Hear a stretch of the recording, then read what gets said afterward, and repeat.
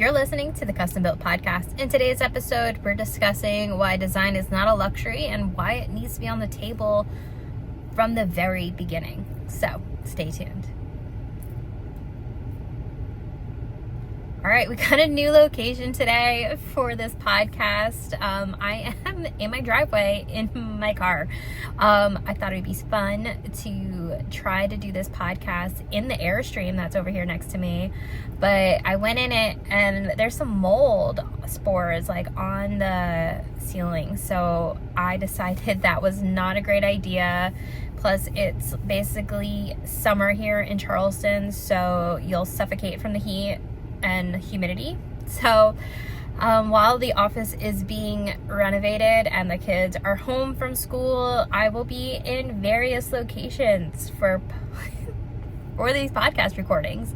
So bear with me as we navigate through this, but you know, it's important to show up and be here and share what I know and share. For me, it's important to share my thoughts, and I think it's helpful for other people to hear and know that you're not alone in all of this journey. But don't worry, today is not a day of deep diving into like personal growth like the last few episodes. Today we are talking about designing before you even start planning, or like the design with the planning. It's you gotta consider the design as you're developing the construction too. And so we're gonna hit on some topics there and just discuss why that's so important.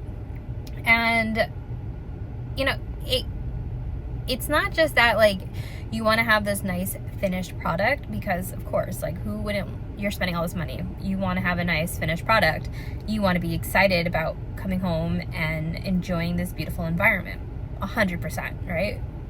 But we also want to consider how much time and money can actually be saved by doing these design choices ahead of time and not, you know, at the last minute or at the finished product. So just having some foresight on what let's back that up. Having some foresight on what you are wanting, and I messed myself up.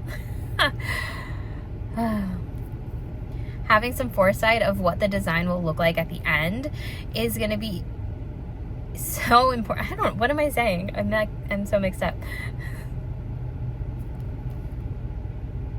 Having the foresight for your design to see how it will be when it's finished is going to be a game changer.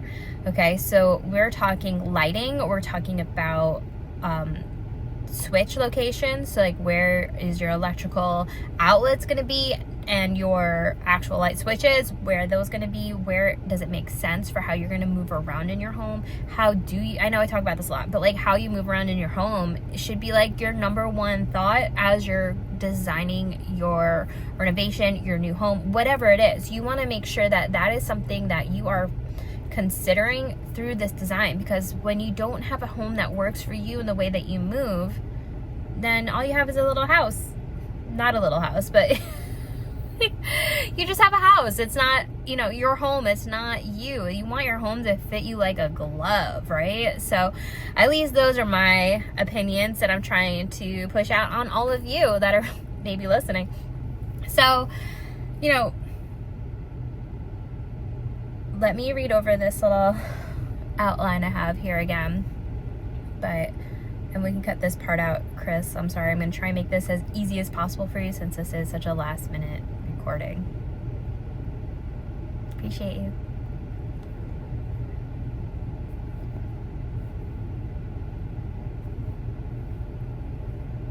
Yeah. Okay.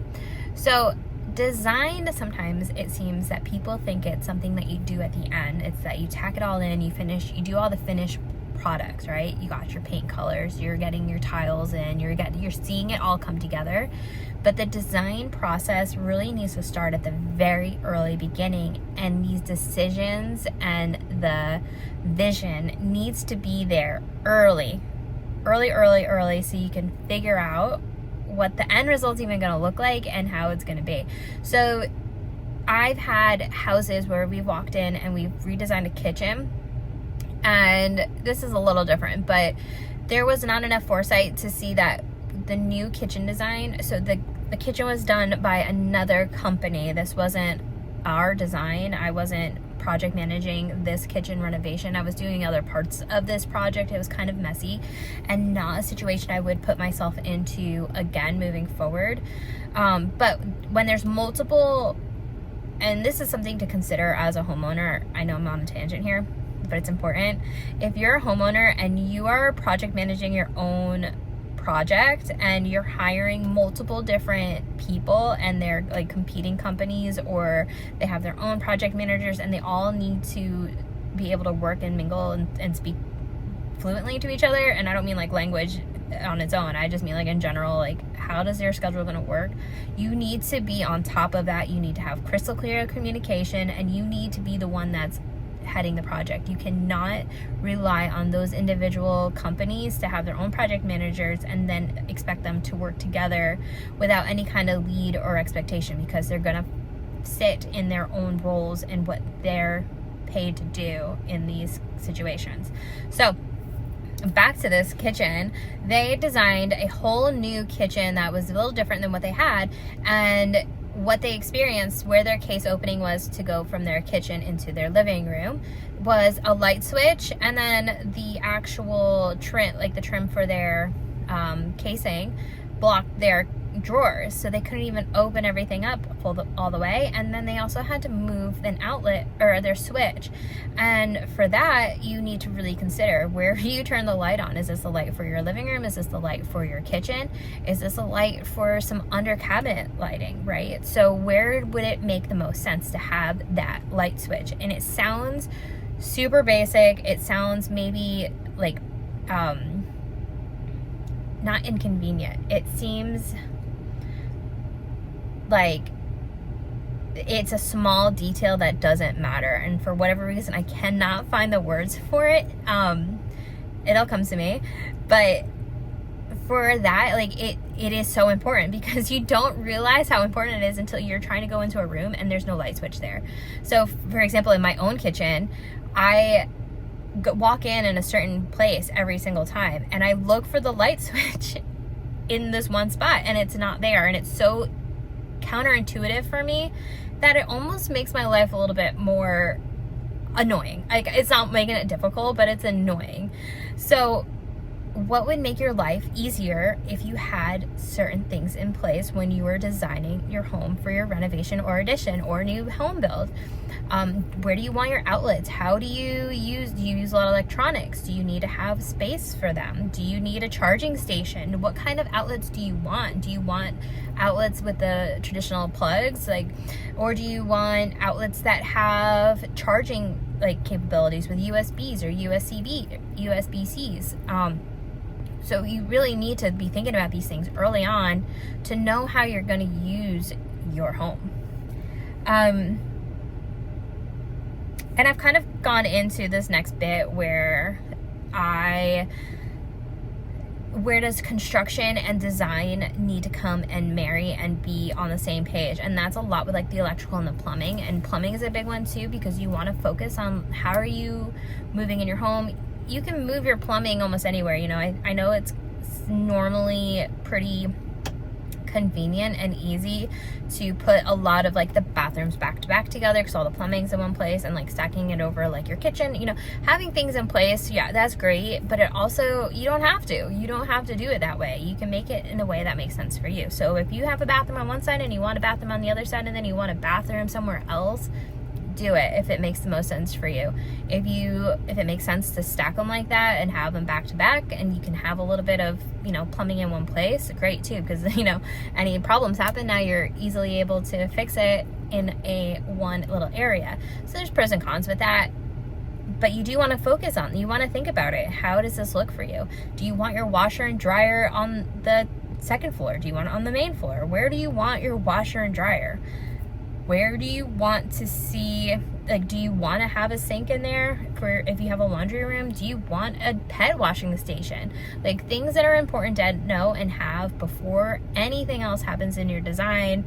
Before you close the walls in, you want to know where your electrical and your plumbing are going to go. That's a no-brainer, it seems like, but you know, if you're not in the middle of it, these might not be things you're thinking about, that you need to make these decisions beforehand. So you might be looking and walking through your bathroom that just got framed out, and you're realizing now there's not enough room between your cabinets and the back wall, or you know, maybe code-wise there is, but maybe you're like, this feels tight still, like I can have more room. That is the time to do it. You want to be sure you're walking through your construction site often in a safe way with your contractor, so you can make sure that while you're able to make these changes in a more cost-effective way, you do that early on. You don't want to have sheetrock up or anything else in place if you are trying to change big major things like plumbing and electrical. Lighting is huge. I know I've kind of touched on this a little bit, but you have like your task lighting, you have your ambient lighting, you have your main lighting, right? And it's such an underlooked aspect when you're considering your home. You know, it's easy to just say like throw in a whole bunch of recessed lighting and can lighting wherever, and it'll be great. I have dimmers, right? But you also want to consider like, how do you want to feel in the evening? Like if you're talking about your living rooms, you only want to have these canned lights in your ceiling that you can dim, or maybe you want a couple of wall sconces that are going to be, you could turn off the can lights, or you have them dimmed down and your sconces are a little brighter, or your sconces are a little lower. You know, what's the mood you want, and consider those things. And think about even in your kitchen, if you're working in your kitchen or a workshop or an office, what are you doing? What do you do in those spaces? Do you need more task lighting? And that's lighting that's not going to get disrupted from your shadow while you're working. Right now our lighting is atrocious in our kitchen. Like I cannot do or see anything on any of the counters because we have a central light, and at this point I've just gotten used to it and I can't decide what I want to do for the house yet, so we're kind of stuck in this limbo space. Don't be me and don't have all these lame lighting situations. You want to have some really thoughtful ways of how you're going to use your lights. So if you need task lighting, if you're working from home, if you're a entrepreneur and you're building things and you're marketing and you're doing everything out of your home, consider these things when you're building or renovating your space. Do you have locations for really awesome lighting? That goes for windows too. That is also like an undervalued, underlooked spot in building homes and renovations. Your window locations and where your home is located and which way everything faces. So yeah, the sun, right? It rises in the east, sets in the west. So where is your home facing? Is it like north facing? Is it south facing? What's the lighting going to look like in those rooms during different times of the day? Do you have enough natural light in these spaces, especially ones that you might be wanting to work in? Natural light is an amazing resource. Why not take advantage of it? So major things in lighting to consider, and it's not just electrical, it is also how are you placing your windows and how are you capitalizing on the natural light. Again, another example, our house now has miserable natural light. It's not great. My old house was amazing. It was so beautiful, but this house just doesn't.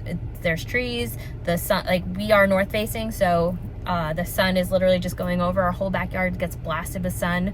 We don't have a lot of trees back there, but our front yard has like major magnolias, and so our front yard is always in the shade, our backyard's always blasted, and we have like these covered roofs that just don't bring in light. We just don't get enough natural light inside, and it was hard for me because I love natural light and I hate using artificial light, but I mean, I've kind of adjusted to it and it's not the worst thing. Sometimes it's kind of nice, especially when it's like a nice stormy day. But if I was making the content that I was making when I was building my teething company, if you didn't know, I had a cute little teething company and I was building baby teethers and nursing necklaces, like all these cute little things for the kids, and I was literally manufacturing these things, taking the marketing photos, and I had the natural light in my old house to do that. When I came to this house, it was just not the same. Now I didn't build this house, so I didn't have those controls. I got the house the way it was, and we haven't made a lot of changes in it. So just to put a little bit of perspective into what you can think of when you're designing your home before you even get to that renovation. These are things you want to know before you even call somebody.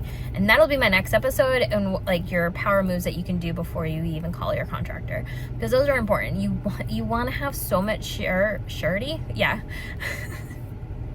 You want to be so sure in what you want to do in your home that when somebody comes up and asks you something as a question, or maybe even like questions what you want, you can say with a matter of fact, like, yes, this is it, or let me hear what you have to say, and let's maybe I didn't think about it in another perspective, but you know what you're looking for, you know what you want, and now it's easier to brainstorm, and it's a lot easier to be clear and communicative about what you want in your home and what you need. Because again, we need to have a home that works with us and for us and not against us. The moment your house is working against you, your life is just that much more difficult. I mean, am I wrong? I don't think so.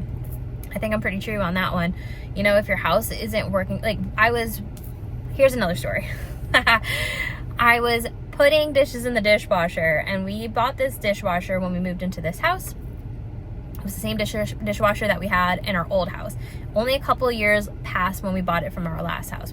That just happened to the timing.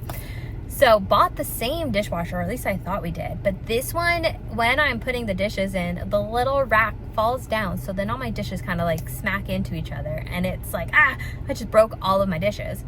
But it doesn't. And I'm like, why is this so much more work? This dishwasher is supposed to take a task that I don't want to do and make it easier and do the work for me, right? So if it's something that's supposed to make your life easier, like an appliance, or I don't know, your home, you're supposed to be able to come home and relax, then it's not doing its job properly, and something needs to change. So even think about it in your own work habits, in your office, wherever you're working. If things aren't efficient and things aren't working for you, they're working against you. And when things work against you, you're no longer able to be the most efficient, the most productive that you're able to be. And you don't even need to do this on being like a productive day, like working. Like this could be your day-to-day life, or like a day you just want to relax. Like if you're trying to relax and you're looking for a light switch that's not there and you have to walk across the room to turn it on. Like it might just be that straw on the camel's back that's like, what the fudge? Like, why is this light switch across the room when it should be on this entrance into this room too? I know it sounds so silly, but really think about it. How does your house, think about the things in your house that like, you're just like, gosh, this is annoying, or this would be way better if this, right? And just really consider how that affects your day-to-day and what it does in your mind. Like it might be like an autopilot thing for you right now, but like I want you to really consider as you move through your house, like where your light switches are, where are your outlets, are these things that like really annoy you but you just like got used to it over time, and what would you do that would be different if you can change it in any way that you want? And this goes for lighting too. I want to think about it and send me a message, because I want to hear about your woes in your house. Like I can't be the only one that has these silly things going on, right? So when you are considering these things for your home renovation, for your new house build, I mean, think about, do you want a pantry? Do you want a mud room? Like these are things that shouldn't be a big add-on cost if you're building a new house. I mean, it can, because it's square footage and then these are extra materials, but I mean, if you're building a certain size and you can make these things work and you can do it efficiently and that makes sense for you, as long as you got a solid plan in place and you know what you want and you know how you want it to look and feel, you're already winning. You're already on the right track. So you can do this by, just give me a minute because I'm reading more.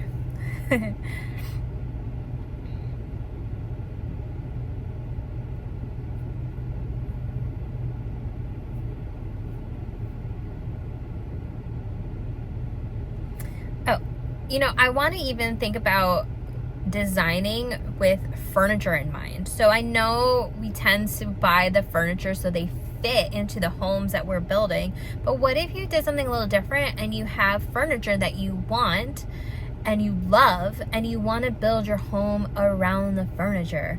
What? I know, crazy, because people might say you can change your furniture however you want, your house needs to be a certain, whatever, and that might be true to some extent. But what if this is a piece of art? What if you have some art that you're like, I am in love with this piece of art and I need a place for it in my home on display? You also don't want to put it necessarily in the direct sunlight, right? Especially if it's a painting. So things to think about that seems minuscule on the front end, but if you don't pay attention to it there, then at the end you're going to be kicking yourself in the butt, because now there's got to be some changes. There needs to be some what's the word I'm looking for?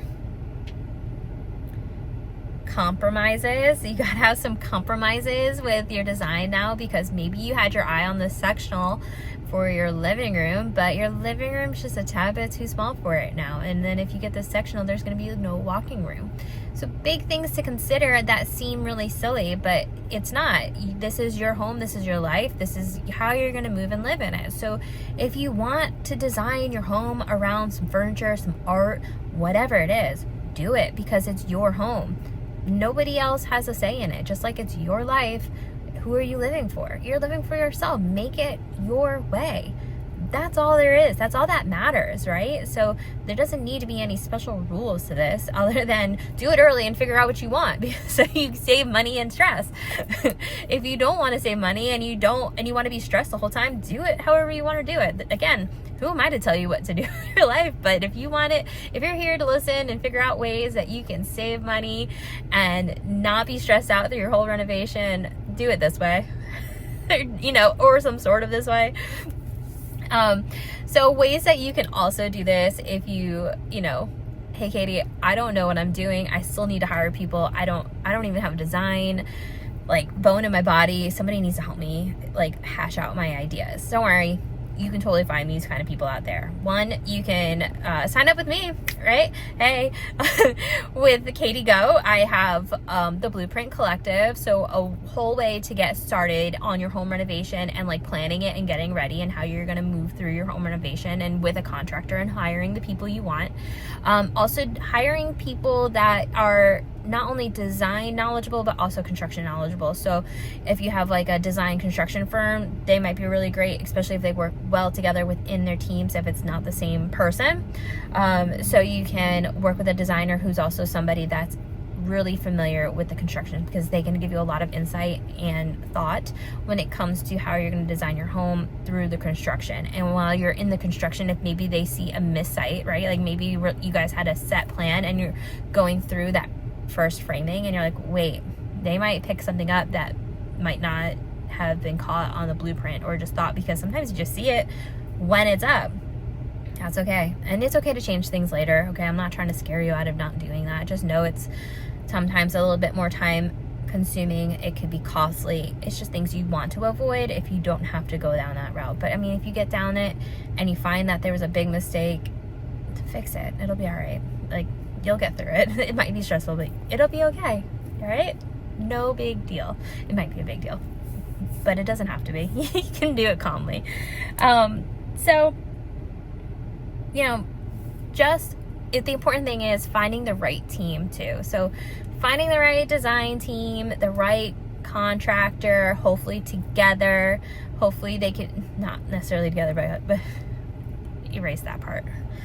So finding the right designer and or designer contractor would be a game changer for you. Somebody that can really be knowledgeable in both aspects, that can see a full picture.